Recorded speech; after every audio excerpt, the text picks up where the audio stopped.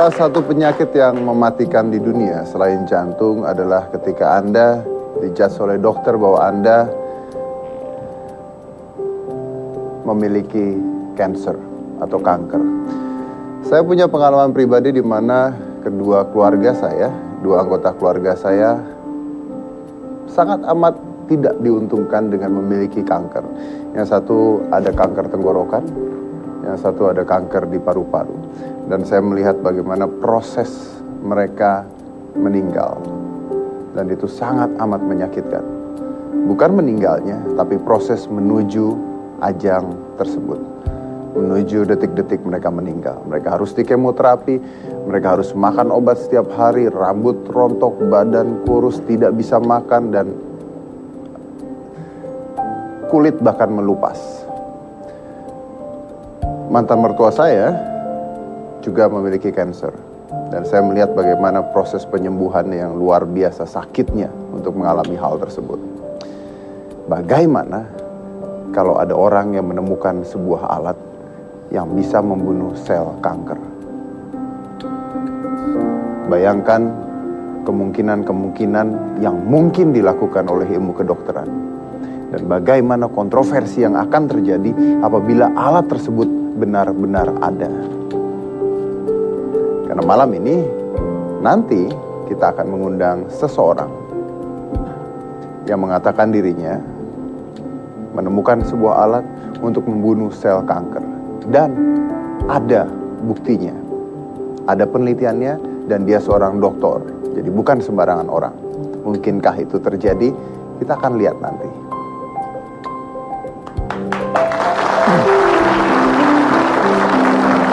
Tapi sebelum itu, saya akan mengundang bintang tamu saya yang pertama. Ini seorang wanita cantik. Langsung saja, ini adalah Happy Salma.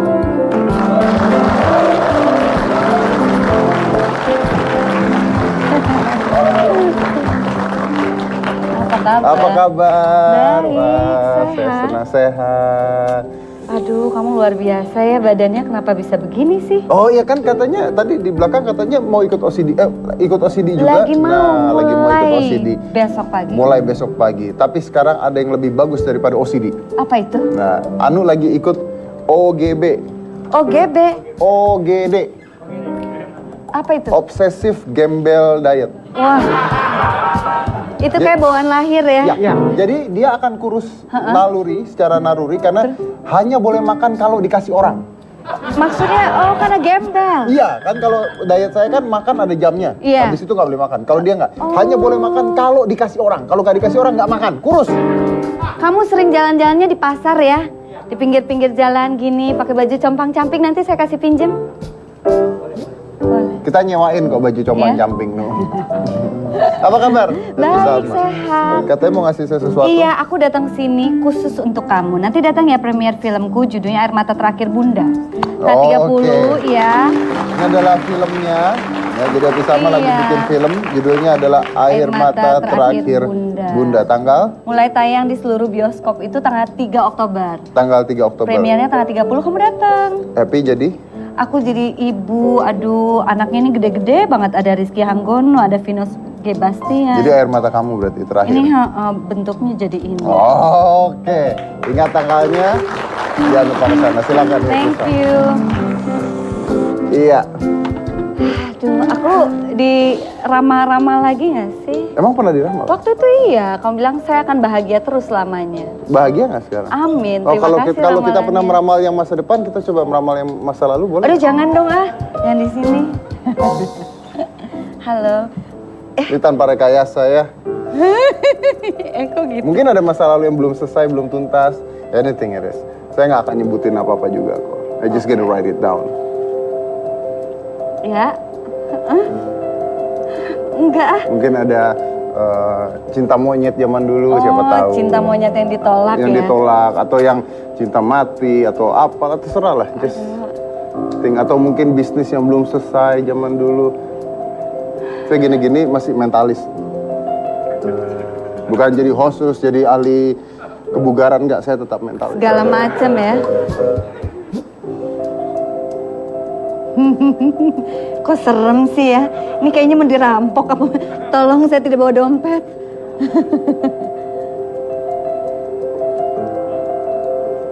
Aduh, air mata terakhir bundaku di mana nih?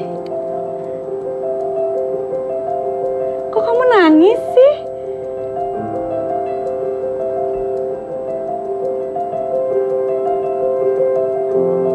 I get Jadi deg-degan ya? something like a name. Name?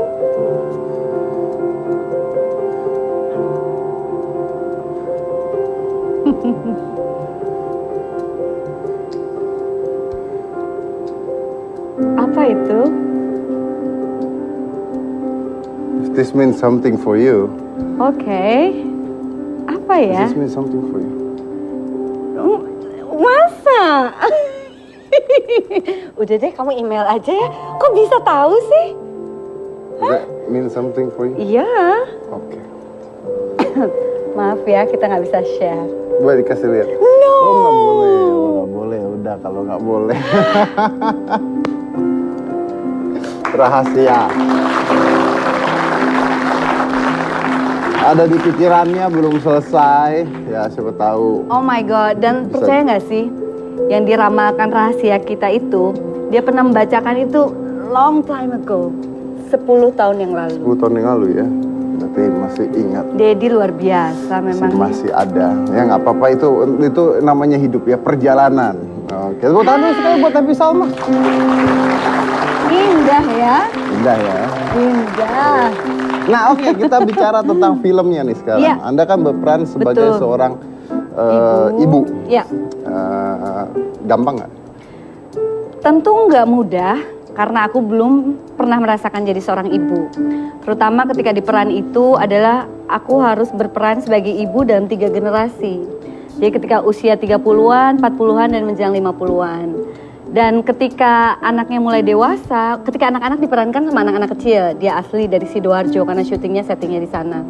Tapi ketika anaknya menjelang dewasa, umur 17-an, diperankan oleh Vino dan oleh Rizky Hanggono yang umurnya pun tidak jauh dengan aku.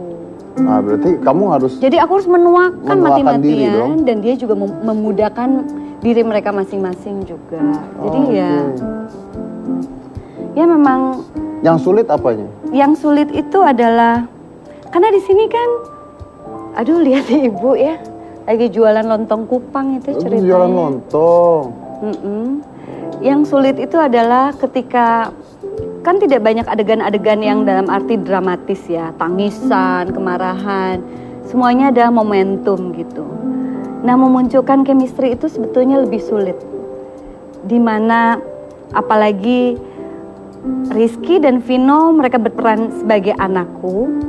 Berapa waktu yang lalu Rizky pernah syuting sama saya, dia berperan menjadi pacarku. Oh, jadi merubah set ya? Merubah set, jadi itu kan memang secara logika itu lebih masuk akal. Nah, kita harus memutarbalikkan logika itu dan dalam berakting ya tentu itu tantangan yang sulit. Tapi oke dong ya? Iya, syukurnya Anda bisa terlewati buktikan dengan nanti baik. di filmnya.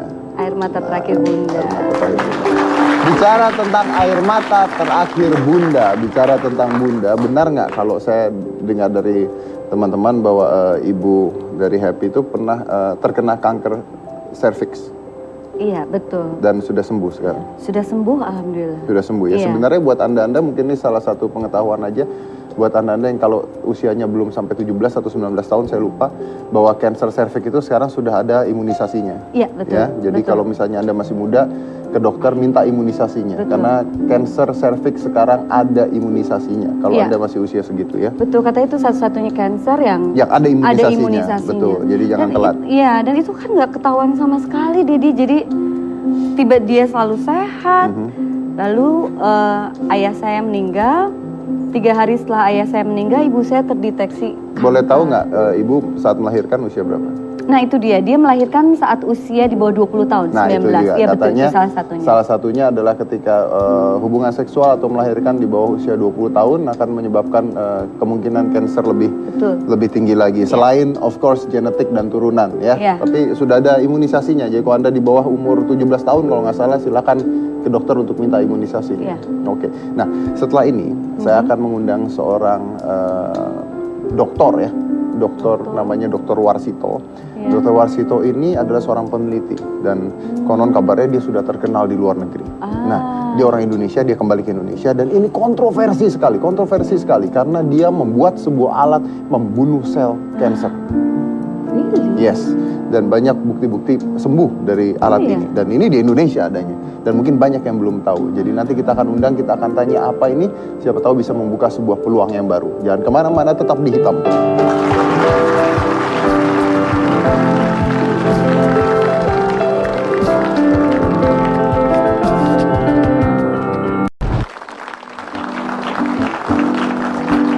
Saya tadi mengatakan bagaimana apabila ada sebuah alat yang bisa membunuh sel kanker, ya kan? Itu di batas apa ya, bayangan. Iya betul, makanya saya juga pernah mengatakan nih sama penonton dulu ya, bagaimana kan banyak anak-anak tidak sekolah ya, kurang uang untuk sekolah ya kan. Betul. Saya pernah mengatakan dulu di Hitam Putih, bagaimana kalau ide menyembuhkan kanker atau obat kanker itu ada di otak-otak anak yang nggak sekolah sekarang. Bisa jadi. Bisa jadi kan? Iya. Berarti nggak akan pernah ketemu kan itu kan? Ya itu dia, makanya kadang-kadang kita juga harus memikirkan hal tersebut. Tapi kita akan bicara tentang Dr. Warsito. Siapakah dia dan apa yang dilakukan? Ini adalah Dr. Warsito.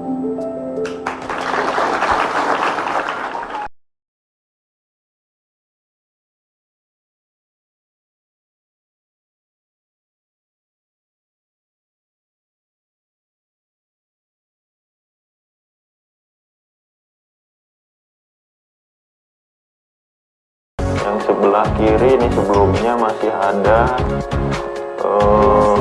ya.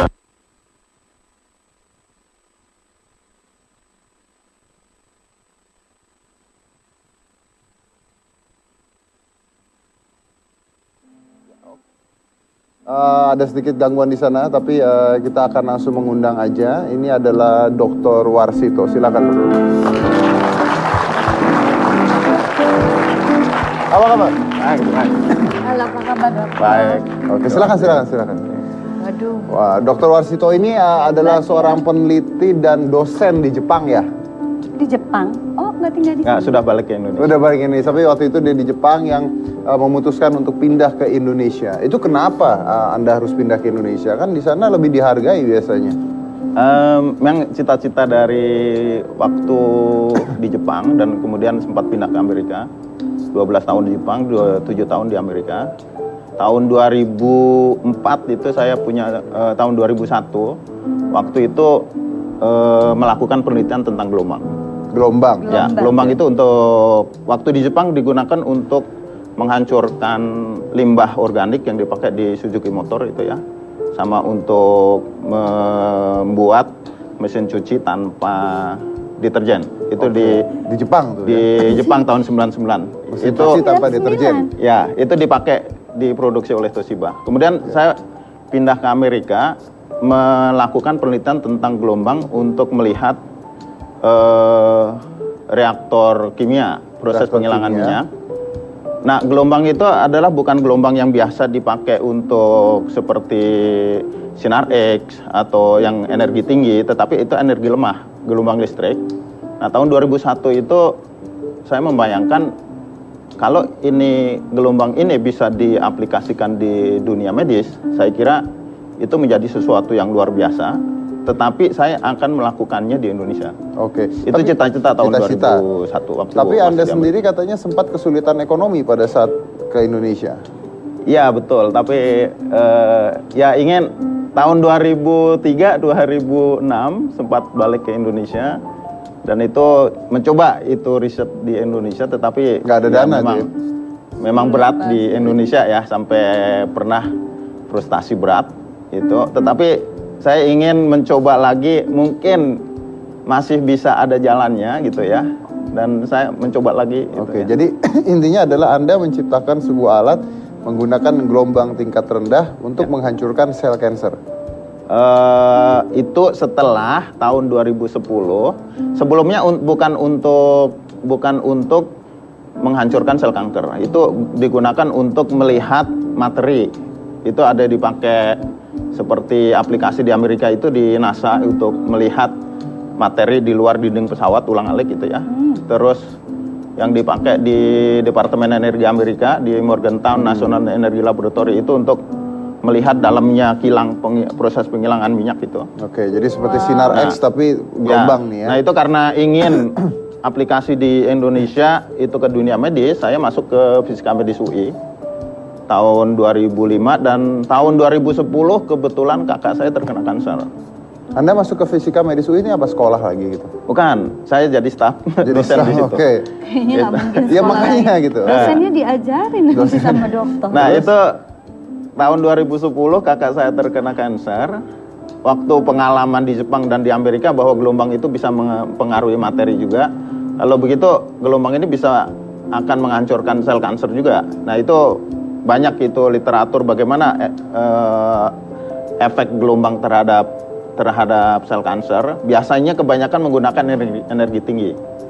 Nah itu pengalaman bahwa energi rendah itu bisa melakukan sesuatu seperti untuk diagnosa, itu juga kemudian kita mencoba untuk itu karena kakak sudah hopeless juga.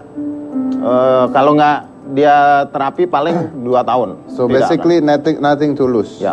Nothing to lose. Kalau memang sudah dijudge bahwa umur 2 tahun, Ya. lakukan apapun percobaan, tidak ada salahnya gitu ya. Itu. Oke. Terus juga karena yang kedua, karena gelombang itu energinya rendah sekali ya.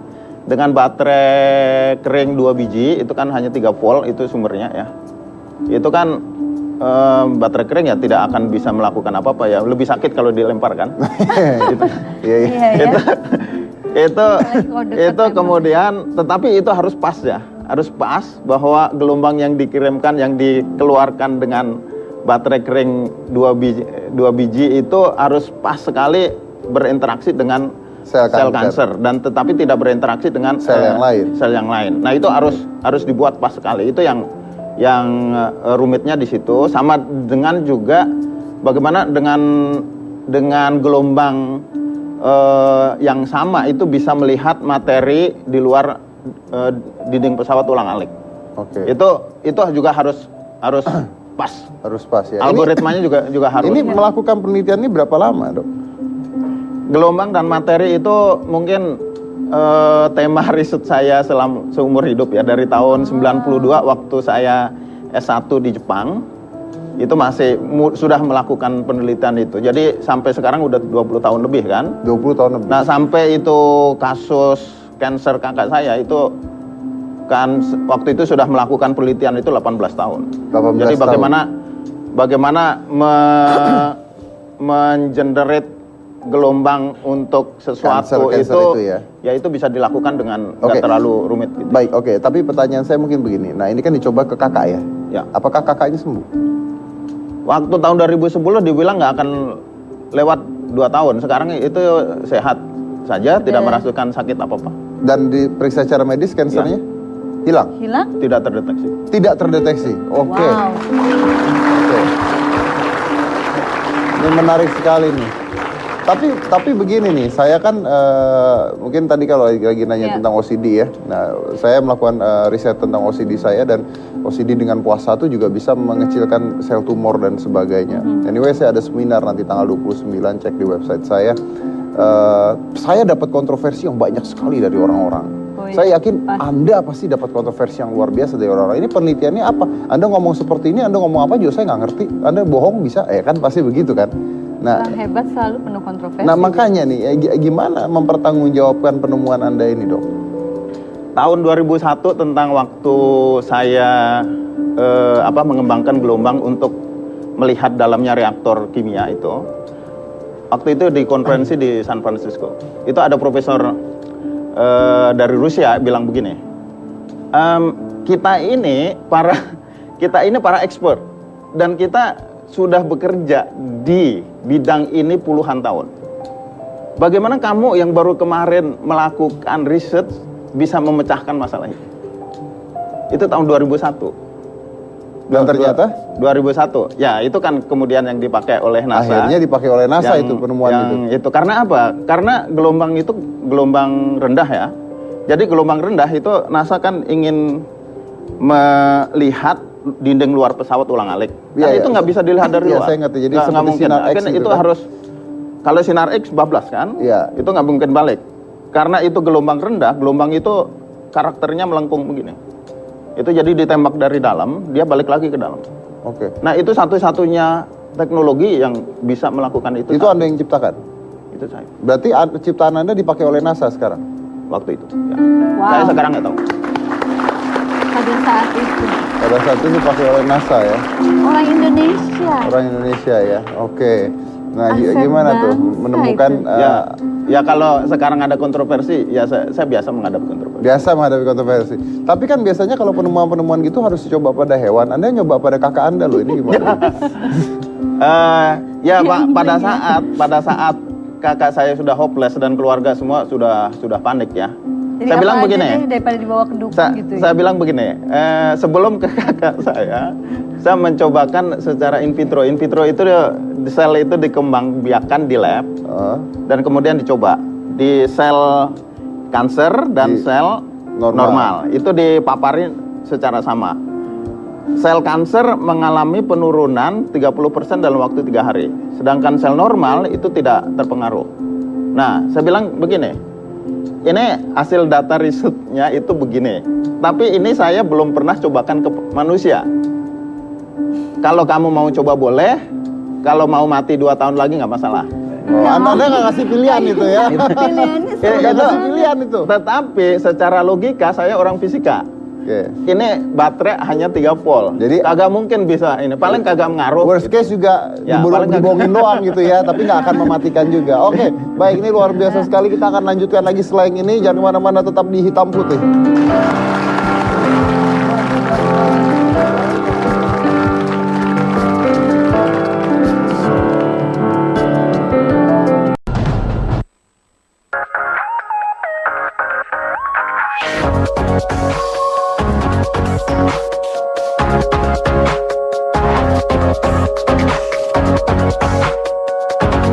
Yang sebelah kanan tetap bersih ya, sebelumnya tidak terdeteksi. Yang sebelah kiri ini sebelumnya masih ada ya ini 1, 2, 3 tempat, volumenya 4%.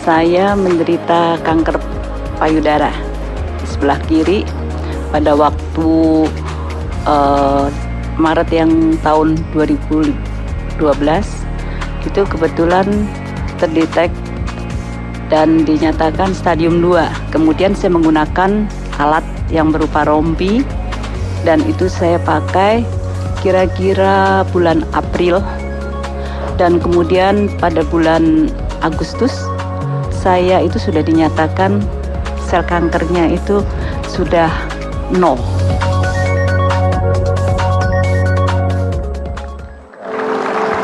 Oke, mungkin ada sedikit miss yang tidak diberitahukan pada Anda. Kok tadi Anda lihat ibu-ibu itu yang bernama Kristiani. Nah, Kristiani adalah pasien dari Dr. Warsito, dan Kristiani ini adalah seorang dokter peneliti tentang kanker yang terkena kanker juga.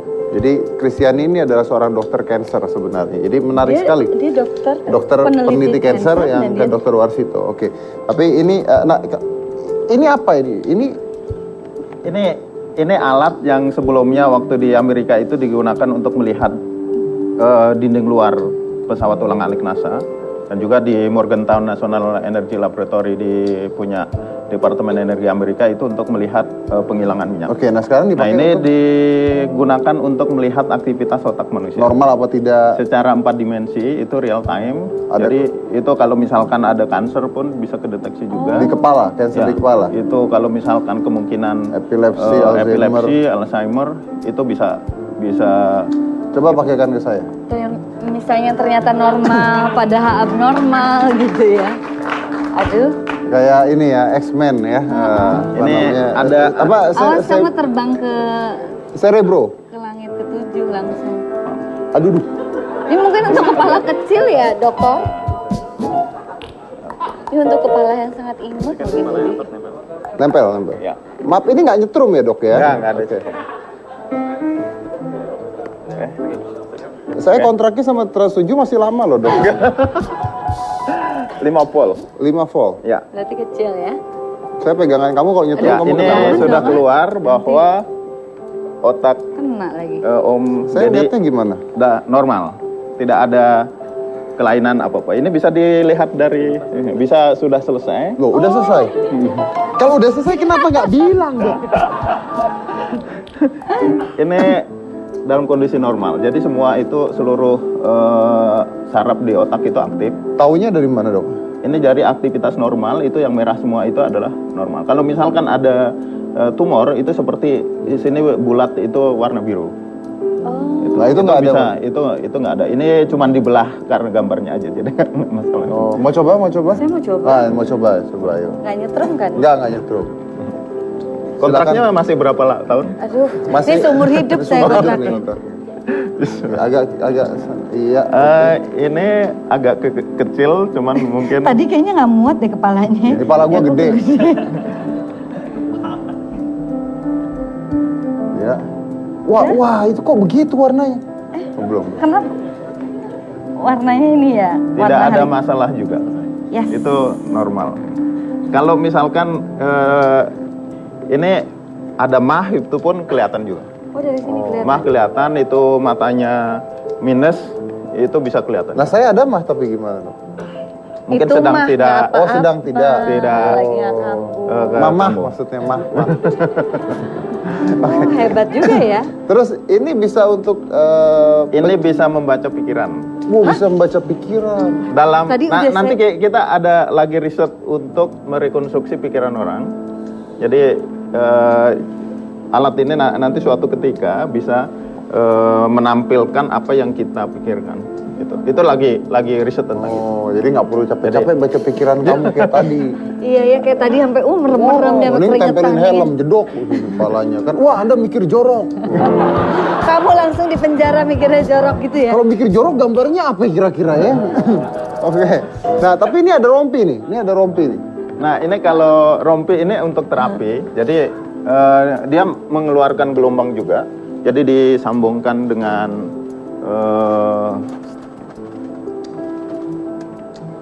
Wah, ini di baterai kecil dua biji. Oke. ya.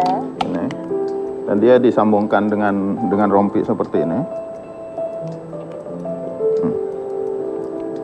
Ini akan memancarkan gelombang yang tidak terasa, karena yang paling keluar hanya ini 10 volt, 15 volt itu yang tinggi. Nah itu dari gelombang yang dipancarkan itu akan mempengaruhi sel yang sedang berkembang. Setelah yang Anda lakukan, kira-kira tadi seperti Dokter Kristiani itu berapa lama sampai sembuh? Ada, ini tergantung case-nya ya, tergantung case, tergantung stadium juga, tergantung seperti misalkan kasus payudara, seperti kasus payudara yang ganas itu, untuk membuatnya sel itu tidak aktif itu sekitar 6 bulan. 6 bulan? Ya, itu membuat sel itu tidak aktif. Nah, sel kanker itu kalau dipapari gelombang itu mati itu selnya itu pecah, tapi dia mati seperti pohon itu mati jadi kayu. Nah, ada juga yang pohon matinya itu langsung ambles hilang, ada juga yang masih dalam bentuk kayu. Nah, kayu itu mati juga, tetapi kalau kayu itu lapuknya kan lama hilangnya. Jadi mematikan selnya itu perlu sekitar 6 Sampai 6 bulan. stadium berapa bisa? Stadium 4 yang sudah menyebar, penyebaran itu lebih mudah ditangani daripada yang dalam masa yang besar. Kalau masa yang besar bagusnya dinonaktifkan dahulu, habis itu Berarti stadiumnya diangkat. bisa stadium berapa saja? Stadium berapa aja nggak masalah. Biayanya berapa dok? Lebih mahal jaket ini. Wow. Padahal ini jahit di rumah saya. Ini sama ini. Ini makanya orang pada marah tuh mungkin ya. Gini ya, kita kan tidak pernah tahu. Saya tidak mengatakan bahwa apa yang ditemukan dokter ini sudah terbukti atau belum ya. Kita nggak bisa bicara itu juga, tapi banyak saksinya seperti itu. Ini sama pada saat saya ngomongin OCD, Ya. banyak yang marah-marah kan, ahli nutrisi marah-marah dan sebagainya. Kenapa? Soalnya gue punya gratis gitu. Mereka harus bayar mahal gitu kan. Jadi nggak laku akhirnya gitu. Nah, ini kalau biayanya murah kan dokter-dokter lain apa nggak mengatakan ini salah nih, nggak benar nih gitu. Ya masalahnya untuk membuatnya nggak perlu semahal itu kan. Yang memang risetnya itu lama. Tapi riset itu lama, tapi ya itu tadi karena namanya itu masih riset kan? Nah, masih riset. betul. Jadi kalau mau mencoba itu mencoba riset. Jadi itu kalau mau mencoba riset ya kakak seperti kakak saya tadi. Oh, berarti siapapun yang datang ke Anda masih bahan percobaan ya, Dok? Kelinci percobaan. Ya kalau mau dicoba ya oke, kalau nggak enggak mau ya dicoba. udah gitu. Oke, karena memang sebagai alternatif ya, Dok Ya. ya, sebagai alternatif. Oke. Nah, ini memang pasti sangat amat kontroversi sekali ya. Pasti. Apakah ini benar, apakah tidak? Tapi banyak sekali pasien-pasien yang mengatakan sembuh dengan alat ini dan memang tadi dipaksakan juga dan harganya juga murah ya. Harganya juga murah, oke. Nah, kita akan lihat nih setelah ini karena ada pasien dari Dr. Warsito juga yang sembuh dari kankernya. Nah, Dia sembuh dari kankernya? Betul, kita akan tanya seperti apa dan bagaimana pengakuannya terhadap Dr. Warsito. Selain satu ini tapi, jangan mana-mana tetap di kita.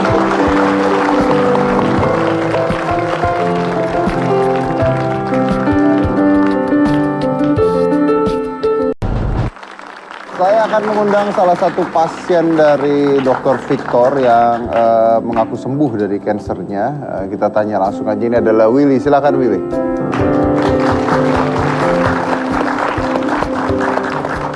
Oke, apa kabar Willy? Alhamdulillah baik. Anda kena kanker apa? Kanker otak. Hah? Otak. Kanker otak? Kanker otak? Otak kiri. Kanker otak kiri? Iya. Tahu dari mana? Waktu itu di CT scan dulu. Di Di CT scan? dan dinyatakan bahwa ada kanker. Dinyatakan bahwa ada kanker. Stadium berapa? Udah stadium 3. Stadium 3? Iya. Apa tuh rasanya stadium 3 kanker otak? Itu kepala terasa panas dan Kepala. timbul kejang-kejang. Kepala panas dan Kejang-kejang. kejang-kejang kayak orang epilepsi gitu. Iya. Lalu Dan sebelum ketemu beliau itu dioperasi dulu. Oh, udah karena ada dioperasi. cairan. eh, Ada cairan yang menekan otak dan harus pasang pipisan. Pasang pipisan di rumah sakit. Kemudian dokter menyarankan diradiasi. Cuma karena saya nggak mau, akhirnya cari alternatif lain. kok bisa ketemu Dr. Warsito? Itu ketika sudah mulai pasrah. Udah mulai pasrah. Mulai pasrah. Jadi kamu udah berpikir bakal meninggal aja gitu? Ya awalnya berpikir bakal meninggal. Cuma karena support dari keluarga, jadi semangat lagi. Jadi semangat lagi dan akhirnya ketemu Dr. Warsito. Dan sebelum ketemu beliau itu, awalnya saya berdoa. Saya berdoa karena benar-benar udah pasrah banget. Apapun yang terjadi ya udah terjadi aja. Karena kita ada takdirnya. Akhirnya situ saya mulai berdoa. Kalau memang saya diberi kesembuhan, kasih keluarga saya jalan. Tetapi kalau misalnya Ketemunya di mana? di media cetak, tidak sengaja ketika saya berdoa itu media cetak ada. Baca tentang Baca. beliau. Orang tua saya baca. Oke. Berapa lama terapinya? Terapi itu 3 bulan, cuma efektifnya 2 bulan. Setelah 2 bulan Anda Bisa berdiri. tadinya nggak bisa berdiri? Bed rest. Tiduran aja. Lalu setelah itu dicek lagi ke dokter? Dokter ya hasilnya negatif. Udah nggak ada. Negatif. Negatif. Wow. Setelah saya bisa jalan itu saya di CT scan ulang. Di CT scan ulang. Kamu nggak bohong kan ini ya? Enggak. Ini ada foto-foto Ada saya. fotonya ya. Wah, luar biasa. Kalau bohong make up artisnya canggih banget berarti. Kenapa? Kalau bohong make up artisnya canggih banget. Oh, emang ada apanya itu? Enggak kan maksudnya kalau lagi sakit itu kayak tadi beda. Oh, banget yang di sama foto sekarang. itu. Iya. Iya. Iya juga sih. Oh. Oke, terus apa efeknya pakai alat itu rasanya Itu gimana? rasanya panas. Panas, ya mungkin panasnya bisa ditahan sih.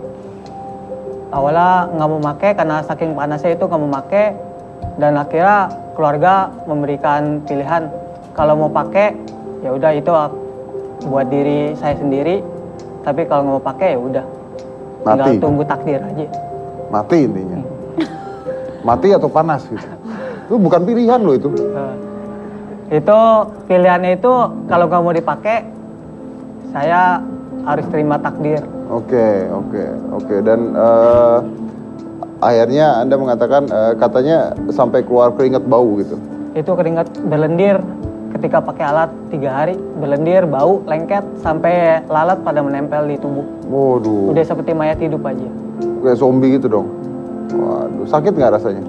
Itu rasanya sakit. Nggak buat lalernya? Enggak. Nggak ya? Baunya aja sih. Ya kalau dia berlendir lalernya nempel mungkin lalernya sakit kan kita nggak tahu, kita tanya. Iya, ketularan ya maksudnya. Iya, nanya baik-baik ini ya tuh. Nah dok, itu kenapa bisa berlendir gitu dok? Itu karena dengan paparan gelombang itu ya, sel kanker yang sedang membelah itu terpengaruhi oleh gelombang. Jadi inti sel itu kacau, mikrotubulanya itu yang mengandung listrik itu terpapar oleh gelombang yang mengandung listrik itu jadi kacau. Sel itu mau membelah itu jadi ruwet di dalam intinya, akhirnya itu sel itu pecah.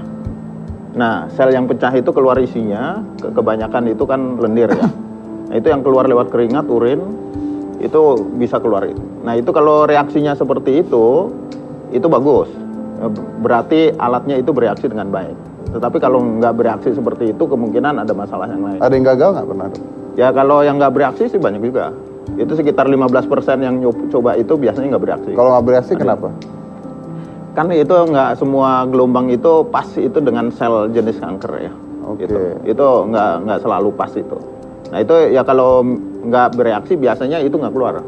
Nggak keluar. Nggak, itu nggak keluar. Kalau Berarti itu tidak nggak bisa keluar disembuhkan. itu ya mungkin dengan alat itu ya nggak bisa bereaksi. Oke. Gitu. Oke, tapi katanya memang belum teruji secara medis ya alat ini ya? Itu memang medis itu ada ini ya, ada tahapan-tahapan itu. Ya itu sampai sekarang ada itu proses yang kita kerjakan. Lagi dikerjakan untuk Itu- mencapai itu hal sampai tersebut. sertifikasi belum selesai. Belum selesai. Oke. Nah, ini pasti ada kontroversi dan sebagainya. Tapi saya ingin coba mengundang seorang spesialis bedah, konsultan dari dokter rumah sakit Darmais ya, onkologi. Oke, langsung aja, ini adalah dokter Ramadan. Oke, dokter.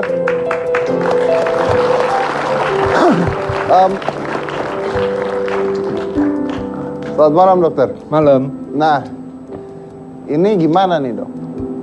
Secara satu hal, ada alat seperti ini yang belum terbukti secara medis, ada pasien yang mengatakan sembuh, tapi kan secara medis pasti bertentangan kan?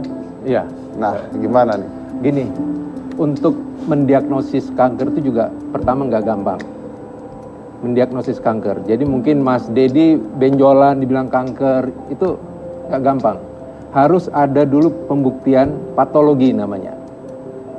Itu satu. Kedua, untuk mengatakan bahwa ini cara pengobatan ini betul, itu harus panjang jalannya. Jadi panjang jalannya itu mulai dari penelitian sel line namanya, sel model. Sel model itu sel yang dikreasi, di knockout DNA-nya, kemudian setelah dites di sel itu, dites ke binatang. Binatang pun harus binatang model. Kemudian masuk ke manusia. Manusia ada fase-fasenya. Fasenya fase 1, 2, 3, 4. Trial. Dan trial ini pun ada level. Level evidence namanya. Mulai evidence level 1 sampai level 4. Jadi panjang nih ya? Panjang, nggak gampang untuk mengatakan suatu pengobatan. Oh ini obat untuk kanker tuh nggak gampang. Contohnya, itu ada kalung di tepi jalan 300.000, 200.000 tuh. Mengklaim ini kalung bisa untuk obat kanker. Itu harus dibuktikan. Dibuktikannya mulai apa? Kalau nggak Ya, mungkin. power balance dan sebagainya Iya. itu udah terbukti penipuan kan sekarang? Justru itu. Jadi kita dalam mengabsorpsi suatu informasi itu juga harus hati-hati. Oke dok, saya potong maaf. Tapi ini menurut pasiennya ada bukti dari dokter foto kanker di otak dan terakhir foto kankernya hilang di Iya, otaknya. bisa seperti itu. Jadi ini adik kalau nggak salah sudah diaspirasi ya. Diaspirasi, tadi dikeluarin cairan dari. Iya. Nah itu kan sebenarnya sudah treatment. Dan kita harus fair, harus ada dicoba. Jadi ada 10 kasus seperti adik ini, dicoba, dikasih itu alat. 5 pasien dikasih itu alat, 5 pasien enggak. Dibuktikan mana apakah betul yang pakai alat ini sembuh, kemudian yang 5 lagi nggak sembuh, itu harus dibuktikan. Ya, jadi harus Itulah ada yang- uji klinisnya. Ya, itu dia. Oke, Betul. tapi apakah menurut Anda apakah memungkinkan teori ini bisa menyembuhkan kanker? Yang jelas sampai sekarang, jadi sampai sekarang pengobatan kanker tuh ada beberapa tulang punggungnya. Jadi pembedahan, kemoterapi, radiasi, kemudian sekarang obat-obat hormonal, target terapi itu yang standar sebenarnya bisa dibuka kok di Google atau itu cari aja dari center-center cancer, dari National Institute of Health, dari MD Anderson. Coba kita lihat apakah ini suatu pengobatan sudah standar atau belum. Itu yang kita perlu tahu. Oke. Kalau enggak apa? Yang kejadian itu banyak pasien-pasien yang menderita. Dan kita di Darmais, saya pernah minta ini, mana trialnya? Oke. Kita coba. Baik, Dr. Warsito gimana menanggapi ini? Pertama tentang ya teknologi yang ini saja. Itu bisa melihat aktivitas otak manusia, bisa melihat breast cancer itu baru ada di sini. Belum ada di Amerika, belum ada di Jepang juga. Nah, itu bisa dibandingkan. Mau pakai PET scan, mau pakai MRI yang paling canggih, itu nggak masalah. Itu bisa melihat itu. Jadi itu nggak selalu harus kita itu melihat itu bahwa Amerika udah ada belum, baru di sini. Itu kalau di Amerika ada di Hollywood sih, yang scan itu ya. Tapi itu pertama. Terus yang kedua,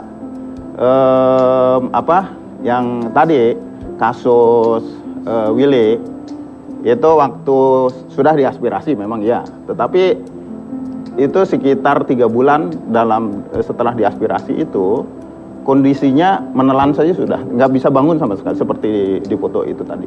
Kalau itu dibilang itu treatment yang membuat Willy seperti begini, dan itu apakah dia dibilang sembuh itu nggak masalah, tapi sampai sekarang masih hidup kan, nggak ngerasain sakit kan. Kalau itu kita tahu persis bagaimana itu gelombang itu efeknya dengan materi. Tahun 98, 99 kita membuatnya untuk menghancurkan limbah yang dipakai di Suzuki Motor di Jepang. Dipakai juga Toshiba itu tahun 99 untuk membuat mesin cuci tanpa deterjen. Itu gelombang itu bisa melakukan sesuatu yang selama ini mungkin itu belum begitu. Oke. Intinya dari Anda adalah bahwa tidak semua pengobatan harus berbasiskan berdasarkan dari penelitian di Amerika dan sebagainya gitu. Oke. Tapi memang benar belum ada uji klinis ya memang ya. Ini memang betul. Itu jadi kita sedang melakukan dengan tahapan itu dengan kerjasama dengan Litbang Kesehatan, memang itu belum selesai. Jadi itu terus terang kalau yang mau mencoba itu riset. Dan riset itu ya itu terus terang itu belum selesai. Kalau mau mencoba oke, kalau nggak mencoba ya nggak apa-apa. Nggak masalah, kita memang melakukan itu. Jadi intinya memang ini adalah penelitian ya. Tapi Willy sendiri gimana rasanya dibandingkan klinis dan ini, Anda merasanya apa? Mungkin nggak itu waktu Anda sembuh karena diaspirasi? Enggak, soalnya setelah diaspirasi itu beberapa bulan kemudian drop sampai akhirnya kaki lemes segala macem karena kansernya nggak diapa-apain. Kalaupun diangkat itu cuma sedikit dan efeknya itu bisa saya lumpuh karena ada di otak kecil dalam otak. Oke. Ini memang satu berdasarkan klinis dan Anda memang penelitian yang Anda lakukan sendiri ya dok ya. Jadi memang pasti kontroversi sekali nih, ya kan? Kontroversi sekali. Ya. Kita lanjut lagi setelah yang satu ini kalau gitu. Jangan mana-mana, tetap di Hitam Putih.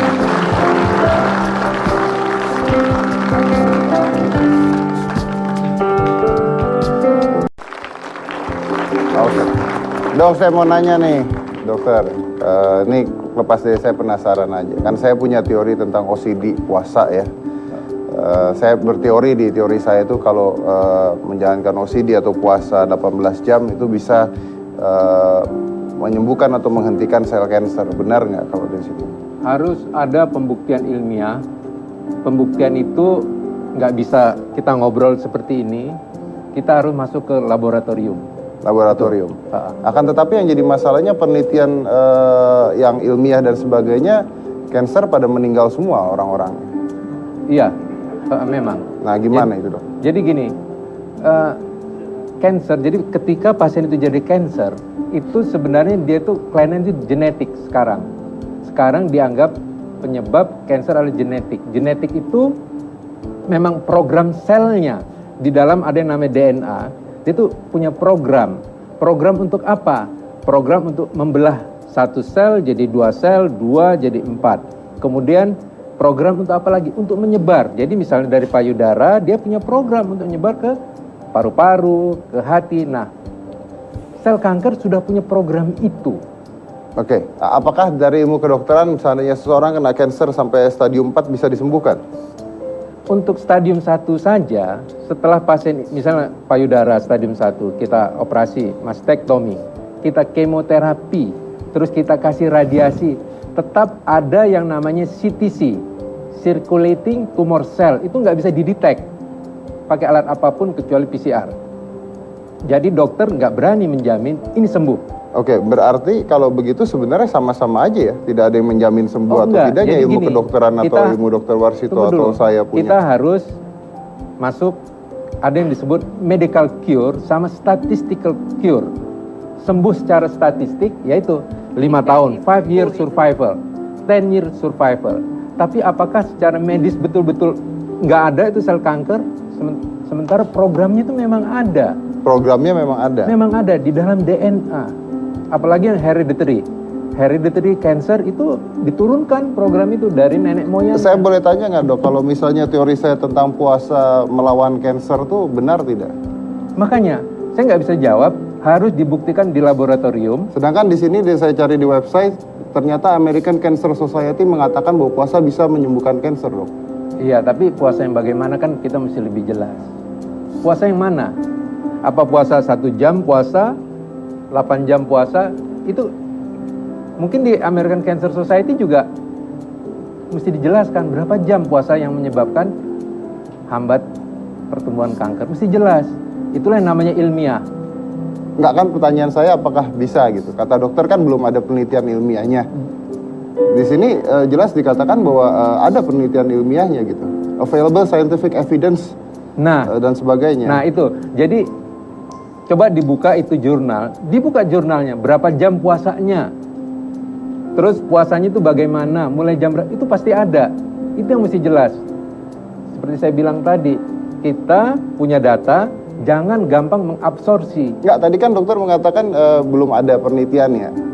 Mbak dokter mengatakan harus diperiksa lebih jelasnya baru di laboratorium, sekarang. Di laboratorium betul, harus, di lab. Nah, apakah itu ada penelitian? Jadi gini, kalau kita ingin melihat suatu kausalitas, penelitian itu juga macam-macam. Ada epidemiologi atau kausalitas. Nah, kalau kausalitas, kita harus masuk ke lab. Bisa saja dikatakan, oh ini sembuh, tapi hanya penelitian sampai epidemiologi, bukan pada level sel tadi di laboratorium. Oke, saya mengerti. Tapi akhirnya susah juga ya kalau penelitian dilakukan terus, tapi sampai sekarang belum ada obatnya juga ya. Makanya selalu ada. Kalau gitu tidak ada kanker. salahnya dong kalau ada alternatif lain yang memang belum tentu bisa menyembuhkan juga. Harus dibuktikan. Yang dibuktikan saja tidak menyembuhkan, belum tentu. Makanya ini biasa. Jadi namanya pengobatan sampai sekarang ini orang masih mencari pengobatan. Masih mencari. Oke, saya potong. Nah, sekarang balik aja Ge. Pemerintah aja deh. Misalnya ini ada orang mau meneliti seperti Dr. Warsito nih mau meneliti nih ya. Apakah pemerintah mendukung nggak? Nah, kan kalau misalnya ada dukungan harusnya bisa diteliti dong. Nah, makanya. Apakah didukung oleh pemerintah? Saya kira dari Litbang Kesehatan cukup bagus mendukung kita. Itu ya. Itu makanya kita punya kerjasama untuk sampai dapat sertifikasi itu. Begitu. Kalau misalnya sudah ada sertifikasi artinya apa itu dok? Misalnya satu saat dapat. Makanya tadi saya bilang, jadi ada yang namanya level evidence. Kita lihat dulu bobotnya ini seberapa. Nggak gampang loh penelitian sekarang neliti. Jadi yang namanya penelitian bagus itu, di Indonesia dicoba pengobatan A harus sama hasilnya dengan di Singapura, harus sama dengan di Amerika, harus sama. Makanya itu namanya multi center. Harus beberapa center dengan hasil yang sama. Itu yang namanya level evidence meta-analysis. Jadi nggak gampang. Tapi bukankah penelitian terakhir mengatakan bahwa setiap manusia memiliki genetik berbeda-beda, makanya ada teknologi stem cell sekarang. Oh, iya, betul. Dan akhirnya obat-obatan nanti akan berkembang. Betul. Tiap manusia berbeda-beda juga. Betul, itu namanya target terapi.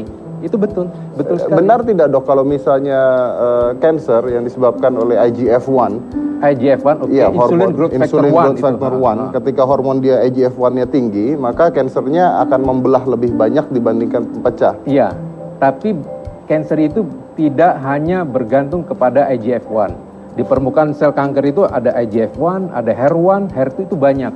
Itu salah satunya IGF-1, insulin growth factor 1. Kalau misalnya saya berpuasa dan IGF-1-nya rendah, insulinnya turun, berarti harusnya penyebaran kansernya berkurang. Iya, betul.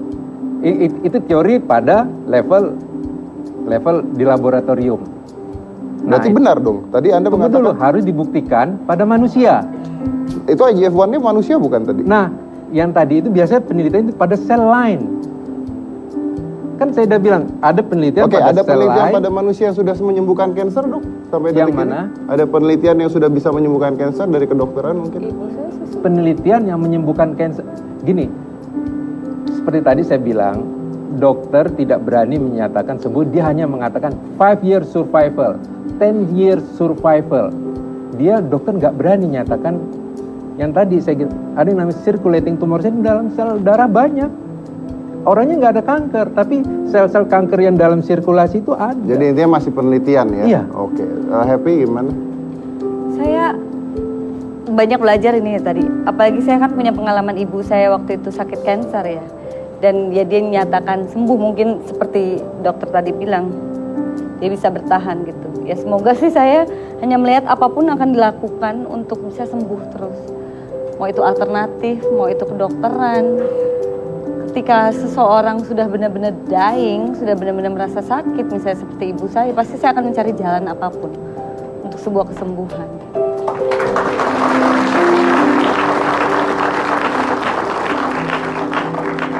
Syukurnya sembuh dan semoga ya umur orang kita tidak pernah tahu ya. Tapi ya sejauh ini sih dengan melihat sehat itu sudah lebih dari cukup. Oke. Dokter Warsito mungkin ada harapan-harapan Anda? Ketika kakak saya diuji setelah 1 bulan 2 bulan itu secara medis, dibilang ini nggak terdeteksi. Saya bilang, itu kebetulan kali ya. Mungkin doa kamu aja yang rajin kali. Saya kira kita pengalaman. Kalau doa tuh ada uji klinisnya nggak ya kira-kira? Oh nggak, ini nanya. Kita melakukan penelitian itu 20 tahun. Jadi nggak segampang itu menerima ini sebagai evidence. Itu ya. Itu ya mungkin kamu doanya rajin jadi bisa baik. Tetapi ya syukurlah kamu nggak merasakan sakit lagi, oke lah. Itu. Tapi setelah itu melihat secara empiris apa yang terjadi, seperti kasus Willy itu kita mempelajari betul itu sebenarnya bagaimana reaksi gelombang dengan kankernya itu. Nah itu kita mempelajari betul secara deduktif itu apa yang terjadi. Itu pengalaman 20 tahun melakukan penelitian di Jepang dan di Amerika. Saya kira kita mempunyai metode yang cukup valid untuk verifikasi sesuatu fenomena ya. Nah itu kita menyatakan bahwa itu sampai sembuh, kita nggak pernah mengatakan sembuh. Ya syukur itu bisa seperti kakak saya, 2 kakak saya terkena kanker dua-duanya, sekarang masih hidup dua-duanya. Dan itu sudah 4 tahun lah, mendekati 4 tahun, itu ya orang yang paling lama. Kita nggak mengatakan dia itu sembuh juga, tapi ya paling tidak itu ini bagaimana itu bisa dicapai dan dengan teknologi itu bisa membantu mencapai itu. Tidak semuanya bisa menghasilkan yang sama. Seperti Willy itu nggak semuanya. Statistik kita sekitar 70 yang bereaksi dengan baik itu 70-80% dari sekitar 8.000 yang mencoba. Oke, intinya masih terus diteliti dan sebagainya. Kalau ada orang mau coba silakan, kalau tidak apa-apa gitu ya. Oke, baik. Terima kasih semua yang ada di sini. Ya, memang pasti perkembangannya banyak, kontroversinya banyak. Tadi juga saya membahas tentang OCD saya, puasa, dan cancer, karena juga banyak juga yang bertentangan. Saya mengadakan sebuah seminar pada tanggal 29 nanti. Silakan cek di website saya, www.readyforfit.com. Sekarang juga silakan. Dan saya menarik sekali pembicaraan saya hari ini dengan kedua dokter tersebut, juga dengan Willy dan dengan Happy Salma. Dan saya ingin tanya terakhir kali, dokter praktek di mana, dokter? Di Alam Sutera Tangerang. Sebenarnya saya nggak praktek itu, tapi itu namanya klinik research. Jadi kita tulis besar bahwa itu ada riset. Oke, nanti jadi Anda supaya bisa cek orang di tidak Twitter kami. Nanti tidak Anda cek di Twitter salah kami di kalau situ. misalnya mau, kita akan bantu Anda di sana. Saya akan tutup saja dengan satu kata-kata, mungkin manusia memang terus berjalan dengan penelitian ya, dengan penelitian dan menerima hal-hal yang baru yang akan terus diteliti, dan siapa tahu penelitian zaman dulu yang namanya handphone itu hanya mimpi ya, tapi satu saat orang bisa pakai handphone dan itu terjadi. Siapa tahu ini adalah salah satu seperti itu, tidak ada yang tahu benar apa tidaknya, tidak ada yang tahu. Tapi harapan manusia harus terus berharap. Ingat bahwa pikiran manusia harus bekerja seperti parasut. Kenapa seperti parasut? Nggak ada gunanya kalau tidak terbuka. Saya Deddy Corbuzier, inilah Hitam Putih.